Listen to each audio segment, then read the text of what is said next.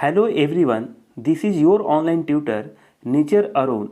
Today I am going to explain chapter number 18. The chapter is Democracy and Equality. यहाँ democracy के मतलब क्या होता है? लोकतंत्र, अर्थात ऐसा तंत्र जो लोगों के लिए हो। और इक्वलिटी इट मीन्स व्हाट? समानता, सबको यहाँ समान व्यवहार हो, सबके साथ समान कानून लागू हो, अर्थात यहाँ सबके साथ इक्वलिटी हो। तो आइए इस वीडियो में हम लोग डेमोक्रेसी एंड इक्वलिटी के बारे में स्टडी करते हैं। On 15 August 1947 India became an independent country. Bharat 15 अगस्त 1947 को एक इंडिपेंडेंट कंट्री बन जाता है and ended the foreign domination of nearly 200 years. और हमारे देश पर जो विदेशी सत्ता थी, जो काबिज थी लगभग 200 वर्षों से, वह समाप्त हो जाता है। There was an urgent need to frame our own constitution. और यहाँ पर एक अति आवश्यक हो जाता है कि अपने देश का एक संविधान हो, a document that lays down to framework political structures and the powers and duties of the government. और यहाँ पर एक ऐसा डॉक्यूमेंट बनाया जाए, एक ऐसा फ्रेमवर्क बनाया जाए जिसमें पॉलिटिकल स्ट्रक्चर्स हो, राजनीतिक जो संरचना कैसी होनी चाहिए वो हो, और पावर और ड्यूटी जो गवर्नमेंट का है वो भी उसमें हो। There was an urgent need to frame our own constitution to strength our newly own freedom. और अपनी जो नए नए फ्रीडम मिला है उसको मजबूती देने के लिए एक ऐसा स्ट्रक्चर की, एक कॉन्स्टिट्यूशन की। Hence a constitution was framed for free India. और इसलिए यहाँ पर एक स्वतंत्र भारत के लिए कॉन्स्टिट्यूशन बनाया गया। The preamble and introduction to the Indian constitution starts with the words. और यहाँ पर जो प्रीएम्बल था भारत का, जिसमें इंट्रोडक्शन है टू इंडियन कॉन्स्टिट्यूशन, भारतीय संविधान का, स्टार्ट विथ द वर्ड्स। यहाँ पर आप लोग देख रहे हैं अपनी बुक में with the people of India, अर्थात पीपल, लोगों से स्टार्ट है हमारा प्रीएम्बल जो है। आप लोग अपने बुक से इसको अच्छे से लर्न कर लेंगे, ये हम सभी को याद होना चाहिए। The constitution of India came into effect on 26 जनवरी 1950। और भारत का जो संविधान है वह 26 जनवरी 1950 को प्रभाव में आता है। It grants equality to all citizens and thus establish a rule of non discrimination by the state in every sphere. और जब हमारा संविधान लागू होता है तो वह गारंटी देता है इक्वलिटी का, समानता का, प्रत्येक नागरिक का भारत का। और यहाँ पर एक नियम लागू होता है नॉन डिस्क्रिमिनेशन का, कोई भेदभाव नहीं। और कोई राज्य जो है किसी के साथ किसी भी स्तर पर कोई भेदभाव नहीं करेगा। Our constitution ensures that the state treats all the citizens equally and allows equality of status and opportunity to all। और यहाँ पर जो है हमारा संविधान यह इंश्योर करता है, सुनिश्चित करता है कि कोई भी स्टेट किसी भी सिटीजन के साथ में कोई भेदभाव नहीं करेगा, सबको इक्वली ट्रीट करेगा और इक्वली उनको स्टेटस होगा, उनको अपॉर्चुनिटी मिलेगा। It prohibits discrimination on the basis of religion, gender, colour, caste, race और प्लेस ऑफ बर्थ एक्सेट्रा। और यह निषेध करता है, मना करता है किसी प्रकार का भेदभाव का, चाहे वो रिलीजन का हो, जेंडर के स्तर पर हो, कलर हो, कास्ट हो या जन्म के आधार पर हो। किसी प्रकार से हमारा जो संविधान किसी को यह अलाउ नहीं देता है कि उसके साथ भेदभाव हो। A constitution is a set of regulations that a set of people have made and agreed upon। एक कॉन्स्टिट्यूशन जो है वो सेट ऑफ रेगुलेशन है, अर्थात नियमों का एक सेट है। that a set of people have made and agreed upon, जो लोगों के लिए बनाया गया है और उस पर लोग सहमत हैं। it is often a written document, और यह एक लिखित डॉक्यूमेंट है, दस्तावेज है। It list down powers and function of the government, और इसमें जो हमारा गवर्नमेंट है उसका पावर और फंक्शन भी उल्लेख है। Centuries of subjugation, castes, poverty and illiteracy had weakened the Indian society. और जो सेंचुरी था सबजुगेशन का, सबजुगेशन इट मीन्स दमन का, पराधीनता का, तो वो जो है समाप्ति की तरफ बढ़ा। कास्टिज्म, पॉवर्टी, इलिटरेसी जो ये धीरे धीरे हमारे देश से कम होने लगा। Our constitution's framers wanted to eradicate the discrimination that had divided the Indian society on the lines of religion, caste and economic status by ensuring the upliftment of all, especially of those who had been exploited। और यहाँ पर हम लोग जो देख रहे हैं, जो संविधान बनाने वाले थे वो चाहते थे कि जो हमारे देश के अंदर रिलीजन को लेकर के, कास्ट को लेकर के ये सारी चीज़ें इनको जड़ से उखाड़ दिया जाए, समाप्त हो जाए। और ख़ास करके उनको जो शोषित लोग हैं वैसे लोगों को जो है शोषण न हो, ऐसा हमारा संविधान निर्माता ने प्रयास किया। Hence India has opted for the secularism where everyone is free to follow the religion of one's choice and the state does not have a religion of its own। और इसका प्रभाव ये हुआ कि भारत एक धर्मनिरपेक्ष देश बना और यहाँ पर कोई भी व्यक्ति किसी भी धर्म को मान सकता है, उसको प्रचार प्रसार कर सकता है और किसी स्टेट का कोई अपना रिलीजन नहीं होगा, कोई धर्म नहीं होगा। Indian Constitution aims to establish a social order where identification of a person is not on the basis of their religion that he/she follows or the caste he/she belongs to, but is on the basis of what he/she is or what he/she has made himself into। और यहाँ पर हमारा जो संविधान है, भारतीय संविधान का, उसका यह लक्ष्य है कि यहाँ पर एक सोशल ऑर्डर हो, किसी व्यक्ति का ऐसा पहचान ना हो जो किस रिलीजन का हो, वो कौन से कास्ट से हो, वो किस कास्ट से बिलोंग करता है, ये सारी चीज़ें या करती हैं, ऐसा ना हो। सब लोग जो है एक इंडियंस के रूप में माने जाएं, ऐसा प्रयास किया गया हमारे संविधान निर्माता के द्वारा। Do you know On 25th November 1949, Dr. V.R. Ambedkar spoke in the Constituent Assembly। और 25 नवंबर 1949 को doctor Bhimrao Ambedkar constituent assembly में बोलते हैं, in India there are caste, Bharat में कास्ट है, the caste are anti national, और कास्ट जो हम लोग मानते हैं ये क्या है, एंटी नेशनल है, देश के विरुद्ध, राष्ट्रीयता के विरुद्ध है। In the first place because they bring about the separation in social life, और यह पहले प्लेस पर है जातीयता, कास्टिज्म, जो यह सेपरेशन करता है एक सामाजिक जीवन से। They are anti national also because they net jealously and antipathy between caste and caste, और यह जो है लोगों के लिए, यह हमारे देश के लिए क्या है, एंटी नेशनल है, और यह जनरेट करता है जलन की भावना और घृणा आपस में पैदा करता है, जो किसी देश के लिए उचित नहीं है।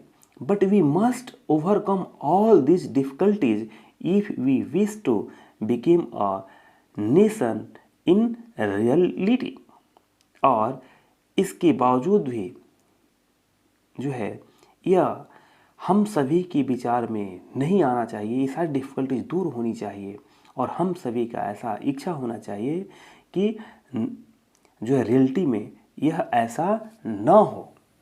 हम सभी अगर प्रयास करते हैं कि कोई कास्टिज्म नहीं, हम सभी इंडियन हैं, फिर ये सारा चीज़ें क्या होगा, समाप्त होगा। In class 6 we have read that in a democracy everyone is equal. हम लोग क्लास 6 में पढ़े हैं डेमोक्रेसी में कि सभी लोग इक्वल होते हैं, सब लोग समान होते हैं। Our constitution has granted universal adult franchise, हमारा जो कॉन्स्टिट्यूशन है, जो संविधान है, वह गारंटी देता है यूनिवर्सल एडल्ट फ्रेंचाइज का। यह क्या है? For example, right to vote to everyone, और सभी को वोट करने का अधिकार है, हु इज एबव 18 ईयर्स, और जो लोग 18 वर्ष के ऊपर हैं, without any discrimination of caste, colour, region और लैंग्वेज, बिना किसी भेदभाव के, किसी जातीयता के, किसी रंग के, किसी बिना धर्म के, या बिना किसी लैंग्वेज के भेदभाव किए बिना सभी को वोट करने का अधिकार है। वन मैन वन वोट, हमारे देश में क्या है? एक व्यक्ति को एक वोट देने का अधिकार है। वह the most courageous step of the constitution framers, as most Indians were illiterate and poor at that time, और उस समय हमारे जो संविधान निर्माता थे ऐसा प्रयास किए कि सभी के साथ इक्वलिटी हो, सबके साथ समानता हो, सबको वन वोट करने का अधिकार हो। उस समय हमारा देश बहुत ही इलिटरेट था, लोग पुअर थे, गरीब थे, लेकिन फिर भी सबको वन वोट करने का अधिकार मिला। The people of India cast their votes and elect their representatives for a fixed period, और भारत के जो लोग हैं वो मतदान करते हैं, वोट देते हैं और अपना रिप्रेजेंटेटिव, अपना प्रतिनिधि चुनते हैं एक फिक्स्ड पीरियड के लिए। This representatives run the government according to the wishes of the people, और ये जो रिप्रेजेंटेटिव हैं वो गवर्नमेंट को रन करते हैं लोगों की इच्छा के आधार पर। If the elected representatives do not do so, people do not vote for them in the next election, अगर वह रिप्रेजेंटेटिव लोगों की अपेक्षा के अनुसार काम नहीं कर रहे हैं तो उनको लोग नेक्स्ट जो इलेक्शन होता है उसमें वोट नहीं देते हैं। People also keep a close watch on the activities of their representative to guard their rights as granted by the constitution, और जो पीपल हैं, लोग हैं, वो अपने रिप्रेजेंटेटिव की एक्टिविटी को भी ध्यान देते हैं, उसको वॉच करते हैं, क्योंकि वह गार्ड है, उनका एक रक्षक है उनके अधिकार का, जो हमारा संविधान के द्वारा प्राप्त है। A young women casting her vote, एक यंग वोमेन अपना वोट कर रही हैं। ऐसे ही उन सभी लोगों को वोट करने का अधिकार है जो 18 ईयर्स एबव हैं, चाहे वो किसी भी कास्ट के हों, किसी भी धर्म के हों, किसी भी लैंग्वेज को बोलने वाले हों, ऐसा उस पर कोई भेदभाव नहीं है। लुक एट द कार्टून, यहाँ पर जो ये कार्टून बना है इस पर आप सभी ध्यान से देखेंगे। इस पर क्या लिखा हुआ है? मेरे पास योजनाएं हैं, घोषणाएं हैं, वायदे हैं। ये कौन कह रहा है? पॉलिटिशियन कह रहा है। और यहाँ पर जो पीपल हैं वो क्या कह रहे हैं? मेरे पास वोट का अधिकार है, मेरे पास वोट है। देखिए उस पॉलिटिशियन को वो कैसे पकड़े हुए हैं। पॉलिटिशियन जब जाते हैं वोट दो, अर्थात हम जो है अपने रिप्रेजेंटेटिव को कह सकते हैं कि आप जो है अच्छे से अपना वर्क को परफॉर्म नहीं किए हैं, इसलिए मैं आपको वोट नहीं दूंगा। The politician makes promise to rule the voter, और पॉलिटिशियन क्या करते हैं? प्रॉमिस करते हैं, वादा करते हैं उन पर शासन करने के लिए। But the voter is confident of the power of his vote, but जो वोटर हैं वो जानते हैं, उनको विश्वास है कि उनका वोट का क्या पावर है, क्या शक्ति है। Elections are the basis of equality, और जो इलेक्शन है, जो चुनाव होता है वह इक्वलिटी के आधार पर है। Many political parties participate in elections, और बहुत सारे पार्टियां चुनाव में भाग लेती हैं। Each political party is an organised group having its own policies and programmes. प्रत्येक पॉलिटिकल पार्टी जो है एक ऑर्गेनाइज्ड ग्रुप है, एक संगठित ग्रुप है जिसका अपना पॉलिसी होता है, अपना नीति होता है और अपना योजनाएं होती हैं, अपना कुछ प्रोग्राम्स होता है। Party candidates are selected and supported with man power and finances by political parties having a definite programme that the general public is familiar with. और जो कैंडिडेट होता है वो सिलेक्टेड होता है सपोर्टेड होता है विथ मैन पावर की मानव शक्ति के साथ वो सपोर्टेड होता है, उनको मजबूती के साथ जनता चुनती है। And finances by political parties, और पॉलिटिकल पार्टी के द्वारा उनको फाइनेंस भी दी जाती है। हैविंग अ डिफिनिट प्रोग्राम, उनके पास एक निश्चित प्रोग्राम होता है that the general public is familiar with, और इसके साथ जनरल पब्लिक उनके साथ फेमिलियर होती है। Independent candidates have to campaign on their own, और जो स्वतंत्र कैंडिडेट होते हैं जिसको हम लोग निर्दलीय कहते हैं, वो स्वयं अपना प्रचार करते हैं। उनके साथ कोई पार्टी तो होती नहीं है क्योंकि वो किसी पार्टी से हैं ही नहीं, लेकिन जो पार्टी से होते हैं उनको पार्टी क्या करती है, अपना एक जो है मैन पावर भी सपोर्ट देती है, फाइनेंस का सपोर्ट देती है। बट इंडिपेंडेंट के पास न तो फाइनेंस किसी पार्टी से मिलता है और न ही उनको मैन पावर होता है, वो स्वयं अपने से चुनाव लड़ते हैं। Hence it is not an easy task for an independent candidate, a person who does not belong to a political party to contest election. और यहाँ पर एक बहुत बड़ा टास्क हो जाता है जो इंडिपेंडेंट कैंडिडेट होते हैं, जो स्वतंत्र कैंडिडेट लड़ते हैं, उनके पास कोई पार्टी नहीं होता है, कोई फाइनेंस नहीं होता, सेल्फ जो कर सकते हैं वो कर सकते हैं, लेकिन उनको चुनाव लड़ना बहुत ही टफ वर्क होता है। लेकिन इसमें भी जो इंडिपेंडेंट कैंडिडेट होते हैं, जिनके पास एक जनमानस होती है, एक मैन पावर होता है, वह लोगों के बीच से चुन करके आते हैं और अच्छे अच्छे पॉलिटिशियन को वो हराते हैं। Do you know, in Indian democracy, when a single majority party cannot form the government, some political parties join hands to form a government.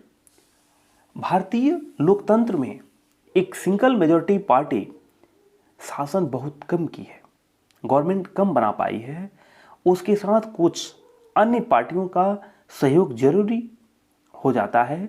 बहुत कम समय, अभी तक हम लोग इतिहास देखेंगे अपना तो बहुत ही कम समय ऐसा हुआ है जब किसी सिंगल पार्टी को मेजॉरिटी मिला हो और अपना गवर्नमेंट चला रही हो।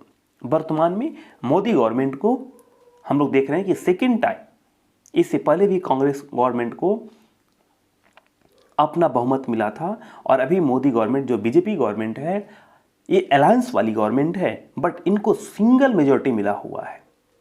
अकेले बीजेपी अपना गवर्नमेंट चला सकती है, बट उसका जो है पहले से प्री जो है अपना कॉम्बिनेशन बना हुआ है अदर पार्टीज के साथ, उनके साथ मिलकर अपनी गवर्नमेंट चला रही है। It is known as the coalition government, और उसी को कोलिएशन गवर्नमेंट कहते हैं जब किसी सिंगल पार्टी के हाथ में मेजॉरिटी ना हो और उसके साथ अन्य पार्टियां मिल करके सरकार चला रही हो। जब मल्टी पार्टी, कई पार्टियों मिल करके ये गवर्नमेंट रन करे, उसी को हम लोग कोलिएशन गवर्नमेंट कहते हैं।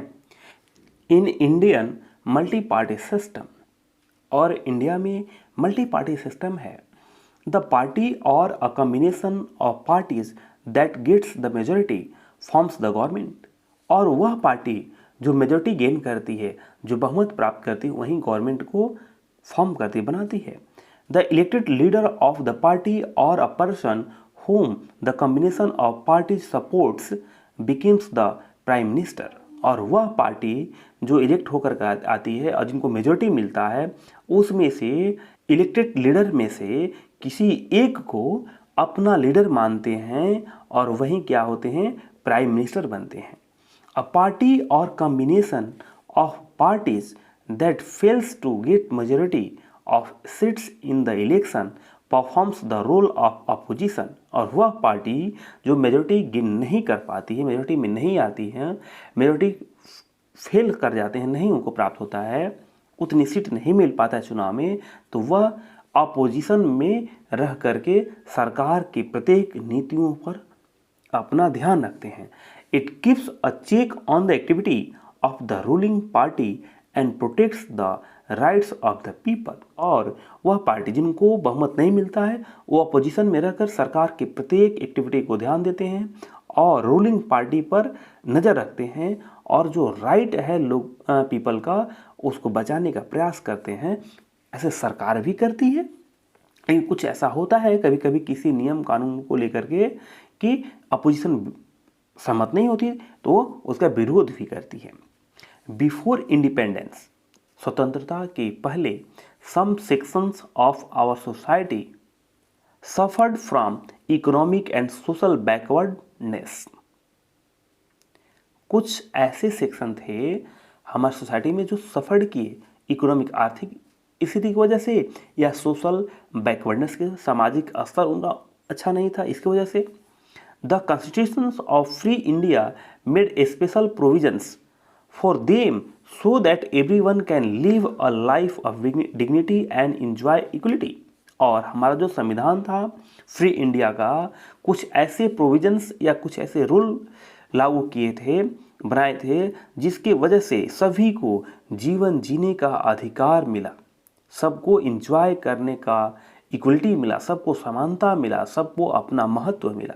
It has entrusted the government with the responsibility of providing the social, economic and political equality to all as a necessary condition for the successful working of Indian democracy.